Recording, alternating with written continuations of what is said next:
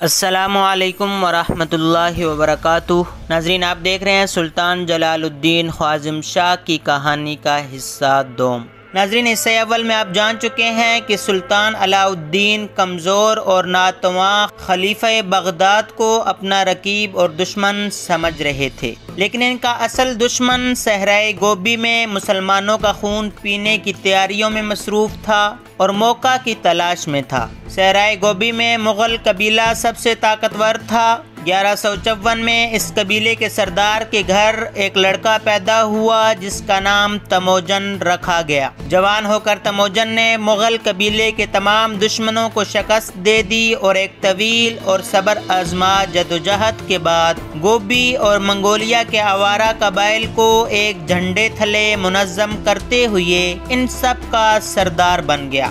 ناظرین، صحرائے گوبی میں واحد علاقہ جو کچھ سرسبز تھا وہ کراکرم کے نام سے مشہور تھا۔ تموجن نے تمام قبائل جن میں مغل، ایغور وغیرہ شامل تھے ان کی سربراہی اور مرکزیت کا اعلان کرتے ہوئے کراکرم کو اپنا دارالحکومت قرار دیا اور چنگیز خان کا لقب اختیار کیا۔ ناظرین، چنگیز خان کو علم تھا کہ سرکش منگول صرف اسی صورت میں قابو میں آ سکتے ہیں جب انہیں جنگ و جدل میں مصروف رکھا جائے۔ اسے معلوم تھا کہ اگر انہیں فارغ چھوڑ دیا گیا تو وہ آپس میں لڑنے لگیں گے۔ کچھ اس وجہ سے اور کچھ ہوس مال و زر کے تحت چنگیز خان نے منگولیا کی حدود سے نکلنے کا فیصلہ کیا۔ ناظرین، اس کا پہلا شکار پڑوس میں واقع چین کی خطائی سلطنت بنی۔ کئی سال کی خونریزی کے بعد چین کا شہنشاہ دائیدانگ دارالحکومت بیجنگ چھوڑ کر فرار ہو گیا اور چین کا وسیع و عریض ملک چنگیز خان کی مملکت میں شامل ہو گیا۔ ناظرین، چین کی فتح کے بعد سلطنت کراکرم کی سرحدیں خوارزم کے مسلمان علاقوں کو چھونے لگی تھیں۔ ملک گیری کی ہوس چنگیز خان کو سکون سے بیٹھنے نہیں دے رہی تھی۔ دوسری طرف وہ تاتاری قبائل کو مسلسل جنگ و جدل میں بھی مصروف رکھنا چاہتا تھا۔ چنانچہ اب اس کی نگاہیں سلطنت خوارزم کے علاقوں کی طرف مرکوز ہو گئیں۔ خوارزم کے شہر سمرقند، بخارا، تاشقند اور گنج وغیرہ اس وقت عالم اسلام کی تہذیب اور تمدن کا مرکز تھے۔ علم و ہنر میں یکتا افراد دنیا بھر سے ان علاقوں میں اپنے فن کی داد حاصل کرنے آتے تھے۔ تجارت کا مرکز ہونے کے سبب ماوراء النہر کے یہ شہر مال و دولت کی فراوانی رکھتے تھے۔ چنگیز خان نے اسی مال و دولت اور ہوس اقتدار کے تحت ان سرسبز و شاداب شہروں کو برباد کر دیا۔ ناظرین، 1218 میں سلطنت کراکرم اور سلطنت خوارزم کے درمیان آزادانہ تجارت اور آمد و رفت کا معاہدہ طے پایا۔ چنگیز خان مسلم علاقوں پر حملہ آور ہونے سے پہلے ان شہروں کے محل وقوع، جغرافیائی حالات سے مکمل آگاہی چاہتا تھا۔ چنگیز خان کا طریقہ کار یہی تھا کہ جاسوسوں کے ذریعے ان علاقوں سے متعلق مکمل آگاہی حاصل کر لی جائے جن پر حملہ آور ہونا مقصود ہو۔ تجارت کے معاہدے کے تحت تاجروں کے روپ میں تاتاری جاسوس سلطنت خوارزم میں پھیل گئے اور سلطنت کے جغرافیائی حالات کے بارے میں معلومات کراکرم پہنچانے لگے۔ ناظرین، اس ساری داستان میں سب سے المناک پہلو خلیفہ بغداد ناصر الدین کا شرمناک کردار ہے۔ اس کی دعوت پر چنگیز خان عالم اسلام پر فوری حملہ آور ہو گیا، ورنہ شاید عالم اسلام کو چند اشرے اس بربادی سے بچنے کے لیے مل جاتے۔ ناظرین، ہوا کچھ یوں کہ خوارزم شاہ سلطان علاء الدین کا خلیفہ ناصر کو اپنی اطاعت کا پیغام دینا اس بات کا پتہ دیتا تھا کہ وہ خلیفہ ناصر کی اطاعت سے آزاد ہو چکا ہے۔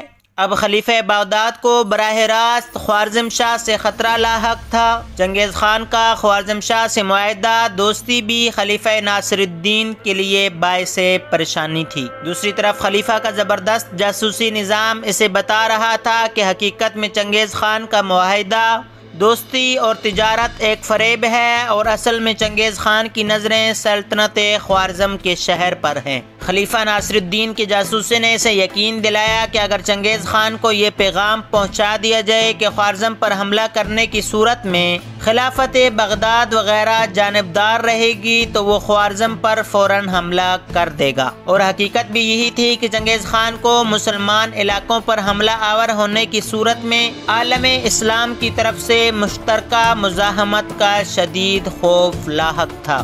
اس پس منظر میں خلیفہ بغداد ناصر الدین نے وہ اقدام اٹھایا جو اس کے منصب کے شایان شان ہرگز نہ تھا۔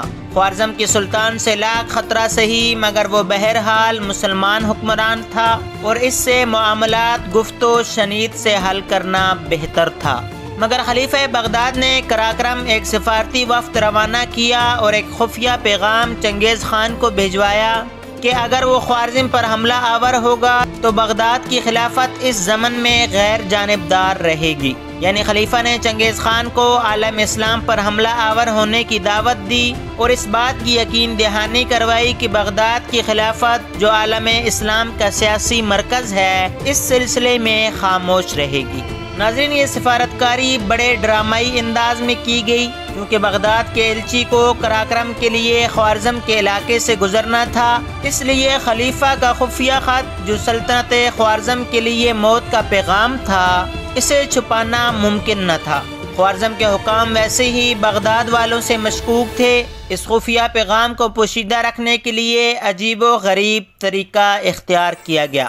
قاصد کے سر کو مونڈ دیا گیا اور گنجے سر پر سوئی کو گرم کر کے خلیفہ کا پیغام لکھوایا گیا۔ پیغام کے ساتھ خلیفہ کی مہر کو بھی انگارہ کر کے ثبت کر دیا گیا۔ اس تحریر کو کسی خاص تیل سے چھپا دیا گیا۔ جب قاصد کے بال اچھی طرح بڑھ گئے تو اسے قراقرم روانہ کر دیا گیا۔ اس طرح تاریخ کا یہ خفیہ ترین پیغام چنگیز خان کو پہنچ گیا۔ ناظرین، ادھر خلیفہ بغداد سازشوں میں مصروف عمل تھا، ادھر خوارزم شاہ کی حماقت نے اس سے وہ کام کروا دیا جس نے عالم اسلام کے وسیع رقبے پر تباہی و بربادی کی دستانیں رقم کر دی۔ معزز ناظرین، تفصیل اس کی اس طرح ہے کہ تجارتی معاہدے کے تحت قراقرم اور خوارزم کے درمیان تجارتی فاصلوں کی آمد و رفت جاری تھی۔ ادھر اورگنج کے دربار میں خوارزم شاہ کو متواتر خبریں مل رہی تھیں کہ تجارتی قافلوں کی آڑ میں تاتاری جاسوس بھی مملکت خوارزم میں اپنا نیٹ ورک چلا رہے ہیں۔ ناظرین، اسی دوران خوارزم کے سرحدی علاقے اترار کے حاکم ینال خان نے قراقرم سے آنے والے ایک تجارتی قافلے کو جاسوسی کے الزام میں روک لیا۔ اس قافلے میں اکثریت بخارا کے تاجروں کی تھی، یعنی یہ قافلہ خوارزم کے رہائشی افراد کا تھا اور قراقرم سے واپس آ رہا تھا۔ حاکم اترار نے اورگنج میں خوارزم شاہ کو اطلاع دی۔ خوارزم شاہ نے حکم دیا کہ قافلہ کو گرفتار کر لیا جائے اور جاسوسی کے الزام کی تحقیقات کی جائیں۔ حاکم اترار ینال خان خوارزم شاہ کا رشتہ دار تھا، کچھ اس وجہ سے اور کچھ قافلے میں موجود مال و متاع کی لالچ میں ینال خان نے اختیارات سے تجاوز کرتے ہوئے قافلے والوں کو قتل کر دیا اور مال و متاع پر قبضہ کر لیا۔ چنگیز خان کو جب اس واقعے کی اطلاع ہوئی تو اس نے اپنا سفارتی وفد خوارزم شاہ کے دربار میں بھیجا۔ اپنے خط میں چنگیز خان نے سخت احتجاج کرتے ہوئے حاکم اترار ینال خان کی حوالگی کا مطالبہ کر دیا۔ مطالبہ نہ ماننے کی صورت میں جنگ کی کھلی دھمکی دی۔ یہ دھمکی سن کر خوارزم شاہ آپے سے باہر ہو گیا۔ اس نے کہا مقتول تاجروں کی اکثریت خوارزم کے باشندوں پر مشتمل تھی۔ چنگیز خان کا احتجاج اس بات کا ثبوت ہے کہ ان پر جاسوسی کا الزام غلط نہ تھا۔ علاء الدین خوارزم شاہ نے فہم و فراست سے معاملہ نپٹانے کی بجائے غصے میں آ کر چنگیز خان کے قاصد کو قتل کروا دیا اور قاصد کے ساتھیوں کی داڑیاں مونڈ کر انہیں واپس بھیج دیا۔ قاصد کا قتل بین الاقوامی اصولوں کے تحت حالت جنگ میں بھی جائز نہیں ہوتا۔ قراقرم اور خوارزم اس وقت حالت امن میں تھے۔ ناظرین، ایسے میں قاصد کو قتل کر کے خوارزم شاہ نے وہ بھیانک غلطی کی جس کا خمیازہ عالم اسلام کو 1 کروڑ مسلمانوں کی قربانی دے کر بھگتنا پڑا۔ اس کے نتیجے میں خوارزم کی سلطنت ہی برباد ہو گئی اور تاریخ میں قصہ پارینہ بن گئی۔ ناظرین، چنگیز خان نے اپنی سپاہ کو منظم کرنے کا حکم دیا اور ایک لشکر جرار کے ساتھ خوارزم کی سرحدوں کی طرف پیش قدمی شروع کر دی۔ مورخین نے چنگیزی لشکر کی تعداد 7 سے 8 لاکھ تک بیان کی ہے۔ طبقات ناصری میں 7 لاکھ جبکہ حافظ ابن کثیر نے 8 لاکھ لکھی ہے۔ خوارزم شاہ کا جاسوسی نظام ناقص نکلا اور وہ جوجی خان کے لشکر کو چنگیز خان کا لشکر سمجھ کر چنگیز خان کی عسکری چال کا شکار ہو گیا۔ خوارزم شاہ اور جوجی کا ٹکراؤ ہو گیا۔ خوارزم شاہ کا لشکر 4 لاکھ سپاہیوں پر مشتمل تھا اور جوجی خان کے پاس اصل لشکر کا صرف ہر اول دستہ تھا۔ راستے میں جوجی خان کے ساتھ چنگیز خان کا مشہور سالار جبی نویان بھی شامل ہو گیا، مگر پھر بھی تعداد کے حساب سے تاتاری اب بھی خوارزمیوں سے بہت کم تھے۔ دوسری طرف چنگیز خان اپنا اصل لشکر لے کر دشوار گزار پہاڑی راستوں سے خوارزم کے وسط کی طرف محو سفر تھا۔ چنگیز خان کا منصوبہ خوارزم شاہ کو سرحدی علاقوں میں الجھا کر کمزور کرنا اور پھر اچانک آندھی طوفان کی طرح خوارزم کے وسطی شہر بخارا پر قبضہ کرنا تھا۔ بخارا کی فتح کے بعد اس نے اپنی مہم کو آگے بڑھانا تھا۔ کاشغر کے میدان میں جوجی خان اور خوارزم شاہ میں معرکہ لڑا گیا۔ اس معرکے سے پہلے جلال الدین خوارزم شاہ جو اسی وقت شہزادہ تھا، اس کی سربراہی میں تاتاریوں سے خوارزمیوں کی جھڑپ ہو چکی تھی، جس میں خوارزمیوں کا اچھا خاصا نقصان ہوا تھا۔ بہرحال یہ معرکہ خوارزم شاہ کے حق میں بہت برا ثابت ہوا۔ تاتاری اس لڑائی میں بڑی بے جگری سے لڑے اور ایک وقت ایسا بھی آیا کہ تاتاری حملہ آور خوارزم شاہ سے صرف 100 گز فاصلے پر رہ گئے، مگر جلال الدین ہمت اور بہادری کے ساتھ اپنے والد کو بچا کر پیچھے لے آیا۔ کاشغر کی لڑائی 3 دن جاری رہی اور پھر جوجی خان چنگیز خان کی منصوبہ بندی کے تحت پیچھے ہٹ گیا۔ خوارزم شاہ نے اسے تاتاریوں کی شکست سے تعبیر کیا اور اعلان فتح کر دیا، مگر اس 3 روزہ جنگ میں خوارزم شاہ کے دل و دماغ میں تاتاریوں کی ہیبت طاری ہو گئی تھی۔ تاتاری کے خوفناک انداز اور لڑنے کے بے خوف اور نڈر طریقہ کار نے خوارزمیوں کو مبہوت کر کے رکھ دیا تھا۔ وہ انہیں کوئی ماورائی مخلوق سمجھ رہے تھے۔ ناظرین، کاشغر سے پیچھے ہٹتے ہی چنگیز خان کا ایک تازہ دم لشکر جوجی خان کے پاس پہنچ گیا اور چنگیز خان نے جوجی کو سرحدی علاقے فتح کرنے کا حکم دے دیا۔ جوجی خان سرحدی قلعے فتح کرتا اور قتل و غارت گری کا بازار گرم کرتا ہوا کوکند پر حملہ آور ہو گیا۔ کوکند خوارزم کا عظیم الشان شہر تھا۔ اس کا حاکم تیمور ملک تھا، جس نے بڑی بے جگری اور دلیری سے کوکند کا دفاع کیا، مگر تقدیر کے لکھے کو بھلا کون مٹا سکتا ہے۔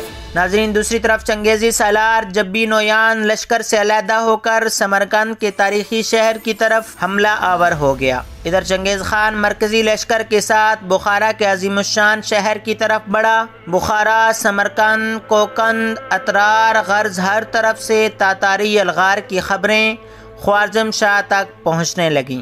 ناظرین، تاتاریوں سے مرغوب خوارزم شاہ گھبرا گیا اور ایک کے بعد دوسرے شہر فرار ہونے لگا۔ اس نے بجائے ایک جگہ رک کر تاتاریوں کا مقابلہ کرنے کے اپنے لشکر کو سلطنت کے مرکزی شہروں کے دفاع کے لیے پھیلا دیا۔ خوارزم شاہ کا یہ اقدام تباہ کن ثابت ہوا اور خوارزمی ہر محاذ پر شکست کھانے لگے۔ اب خوارزم شاہ کی تلاش میں تاتاری لشکر اس کا پیچھا کرنے لگا، مگر خوارزم شاہ نے براہ راست مقابلے سے گریز کیا۔ چنگیز خان کی برق رفتاری کے سبب سال بھر میں خوارزم کی سلطنت کے اکثر علاقے تاتاریوں کے زیر تسلط ہو گئے۔ سمرقند اور بخارا میں تاتاریوں نے مسلمانوں کی لاشوں کے انبار لگا دیے، کھوپڑیوں کے مینار قائم کیے گئے۔ کوکند اور اترار کا حال بھی یہی ہوا۔